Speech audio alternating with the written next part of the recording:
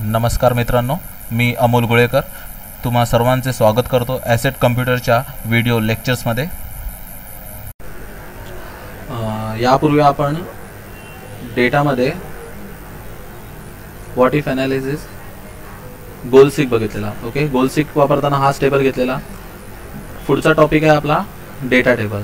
Data टेबलसाठी हाच table घेणार आहोत आपण, आणि हा पर्टिक्युलरली डेटा टेबलसाठी एकदम सुटेबल डेटाबेस आहे, टेबल आहे। ओके, त्यामुळे हाच टेबल धरून चालू एक्झाम्पलसाठी। ओके, नावाचं सांगितल्याप्रमाणे डेटा टेबल, ह्याला एक दुसरं नावही तुम्ही देऊ शकता, व्हेरिएबल्स डेटा टेबल। व्हेरिएबल्स का, तर आपण एखादा रेकॉर्ड कंपेअर करायचा असेल, जसं आपण गोलसीकमध्ये बघितलं, 3 ऑप्शन बघितले, गुड, बेस्ट केस, वर्स्ट आणि मोस्ट लाईकली। ओके, म्हणजे 3 कंडिशन होती, पण हे 3 कंडिशन कशासाठी होत्या? पूर्ण टेबलशी रिलेटेड होत्या, म्हणजे पूर्ण कंटेंट्स चेंज होणार होते।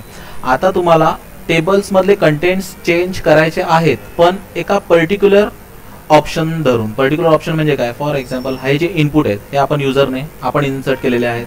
फॉर एक्झाम्पल, डेटा टेबल शिकण्यासाठी आपण रिपेमेंट इयर धरून चालू, म्हणजेच मला व्हेरिएबलचा अर्थ काय? Varieties of data. ओके, वेगवेगळा डेटा।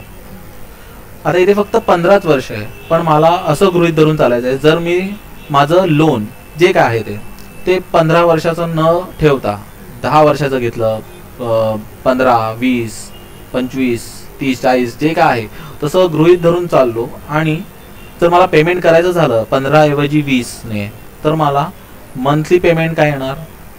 टोटल पेमेंट अमाऊंट माझी किती जाते आणि मी टोटल इंटरेस्ट किती पे करणार, हे मला कंपेअर करता आलं पाहिजे। म्हणून व्हेरिएबल टेबल्स एक क्रिएट करणार आहोत आपण with the help of what if analysis मध्ये डेटा टेबलचं ऑप्शन आहे, त्याच्या मदतीने नक्की हे इझिली आणि साध्य होणार आहे आपल्यासाठी। तर आपण एक प्रॅक्टिकली करून बघू कसं काय होईल ते।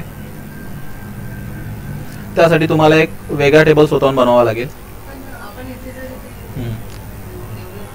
हां, विचार डाऊट्स तुम्ही विचारले तर चालतील। तुमचा हे मेन आवाज रेकॉर्ड होता, अजून चांगली गोष्ट। म्हणजे दुसरे कोण स्टुडंट लर्निंग करत असेल तर तेही ओके, विचारा ना, काय डाऊट आहे? कमी जास्त करायचे आहे, हां तर मग आपण स्वतः पण जाऊन ते चेंजेस करू शकतो ना, कारण की आपण हां। पण आता तुम्ही इथे चेंज केलात तर तुम्हाला फक्त एका ह्याचं कळणार। आता ही 15ची 10 केलं, चेंजेस होतील खाली, पण 10चं 15चं ठेव, परत करणार, 20चं करायचं झालं मग 20 करणार, मग परत 25चं करायचं झालं, 30चं करायचं झालं, 35चं करायचं झालं।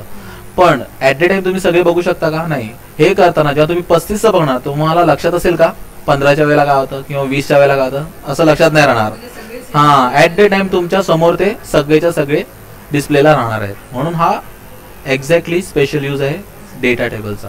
ओके, तर प्रॅक्टिकली करून बघूया। एक टेबल बनवून तुम्ही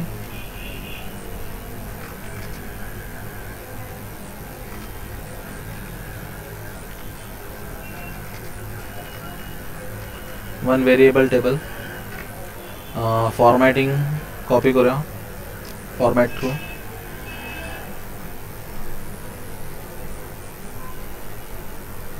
ओके, मला आता इयर मध्ये चेंजेस करायचे आहेत, म्हणून इयर लिहितो, कारण 15 हे काय आपलं रिपेमेंट इयर आहे। ओके, 15 फॉर एक्झाम्पल, एक सेम टू सेम धरून चालू, प्रॉपर कॅल्क्युलेट होते की नाही ते बघण्यासाठी। 20 ओके, मॅन्युअली टाईप करत राहण्यापेक्षा मी दोघांना सिलेक्ट करून ड्रॅग करतो, ही गोष्ट आपली बेसिकमध्येच क्लिअर झालेली आहे। ओके, 65 वर्षापर्यंत कोण रिपेमेंट करत नाही, पण आपण 65 वर्षापर्यंत बघूया काय होते। देन चेंजेस कुठल्या कुठल्या सेलमध्ये हवेत, कुठल्या कुठल्या गोष्टींमध्ये तुम्हाला चेंजेस बघायचे आहेत? मंथली पेमेंटमध्ये, दुसरं टोटल पेमेंट, आणि टोटल इंटरेस्ट किती जात आहे। ओके, या 3 गोष्टींमध्ये बघायचं आहे। मला काय करावं लागेल? त्यासाठी इज इक्वल टू साईन देऊन मंथली पेमेंटवर क्लिक करावं लागेल। ओके, C13, त्याच्या आधी स्वतःहून मी साईन टाईप केली, इज इक्वल टू। आता is equal to sign type करण्यामागचं कारण काय आहे? Is equal to sign type केल्यानंतर मी कुठल्याही सेलवर क्लिक करेन तर त्या सेलमध्ये जे काय कंटेंट्स होते, फॉर एक्झाम्पल हा नंबर आहे, हा नंबर मी टाईप केला नाही तर ॲटोमॅटिकली तो कॅल्क्युलेट झालेला आहे, कारण इथे फॉर्म्युला वापरलेला आहे। तर ॲज इट इज जे काय फॉर्म्युला इकडे वापरले गेले ते इथे कॉपीड होणार आहेत, जे काय चेंजेस इथे असतील ते सगळे ॲटोमॅटिकली इथे अपडेट्स होत राहणार आहेत, कारण की हे सगळे इयर इथल्या इयर बरोबर लिंक आहेत। म्हणून मी इज इक्वल टू साईन देऊन मंथली पेमेंट इथे डिस्प्लेला आणलेला आहे।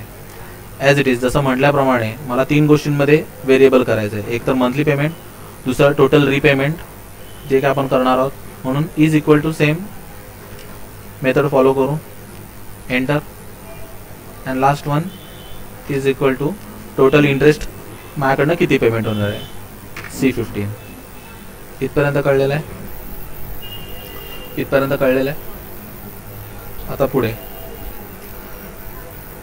इफेक्ट अप्लाय करण्यासाठी,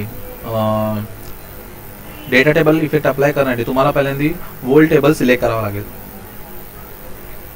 एक टेबल नेहमी कसा काय सिलेक्शन होतं, तर top left side to bottom right side. Okay, total rectangle select केला आहे आपण. त्यानंतर डेटामध्ये गेलो, सॉरी डेटा व्हॉट इफ ॲनालायसिसमध्ये लास्ट वन ऑप्शन आहे डेटा टेबल. ओके, हेडिंग पण दिलेली आहे तशी. आपण व्हेरिएबल्स, असे भरपूर कंटेंट्स आहेत, व्हेरिएबल्स, व्हरायटीज ऑफ कंटेंट आपल्याला बघायचे आहेत. क्लिक करा डेटा टेबल. डेटा टेबलवर क्लिक करण्याआधी तुमचं तो टेबल, तो एरिया सिलेक्ट असणं फार गरजेचं आहे.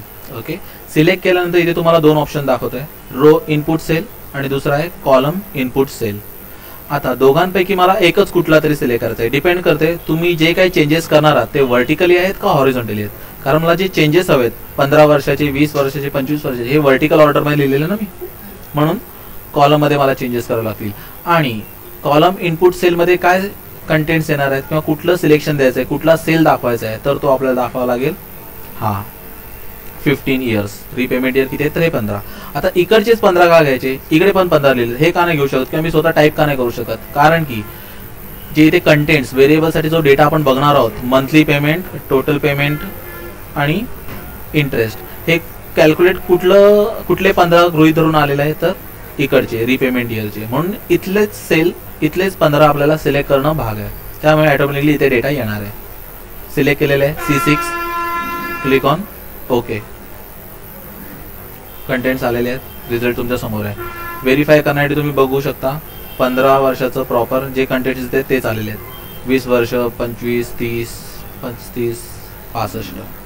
मग अशी तुम्ही डाऊट विचारला बरं होता, पण आता तुम्हाला इथे लगेच कंपॅरिझन करू शकता तुम्ही दोघांमध्ये. ओके, अजून एक्सेलमध्ये काय काय फीचर्स आहेत, फिल्टर, तुम्ही फिल्टर करून फक्त 2 ॲक्टिवेट ठेवा कुठचे तरी, लगेच एका खालोखाल एक तुम्हाला ते बघता येतील. एवढं कळलेलं आहे. पण तरी आता थोडंसं कन्फ्युजन होत आहे.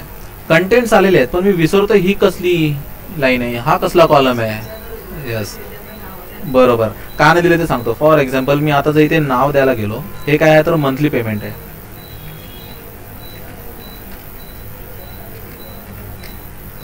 एंटर मारल्या बघा काय होत आहे, सगळे काय चेंजेस झाले. का, कारण की इथे मी इज इक्वल टू साईन वापरलेलं, जे कंटेंट्स येत होते त्याने काय केलं, सगळीकडे चेंजेस करून टाकले. कारण हे फॉर्म्युला नाही आहे, नंबर्स नाही तर टेक्स्ट आहे. तरी सुद्धा तुम्ही त्यात चेंजेस करू शकता. चेंजेस करण्यासाठी काय करावं लागेल तुम्हाला, सिलेक्ट करा तो सेल, नाही कॉपी पेस्ट नाही, कॉपी पेस्ट करा, काही करा, प्रॉब्लेम होणार. हां, तुम्हाला त्यासाठी काय करावं लागेल, त्याचं सिस्टीमच चेंज करावी लागेल. म्हणजे काय, तर इकडचे कंटेंट्स काय आहेत, त्याचा फॉर्म्युला काय आहे, किंवा इथे कंटेंट्स काय ना, नंबर्स येणार आहेत, डेट अँड टाइम येणार आहे, काय येणार आहे, हे आपण कंटेंट्स कुठून चेंज करतो, होममधनं, नंबर्समधनं. ओके, इकडे आल्यानंतर तुम्हाला कस्टम सिलेक्ट करायचं आहे. टॉप साईडला तुम्हाला जनरल दिसेल, कस्टममध्ये जनरल सिलेक्ट करा आणि तिथे जे काय नाव आहे ते डबल कोटेशन मार्कमध्ये देऊन तुम्हाला कंप्लीट करावं लागेल.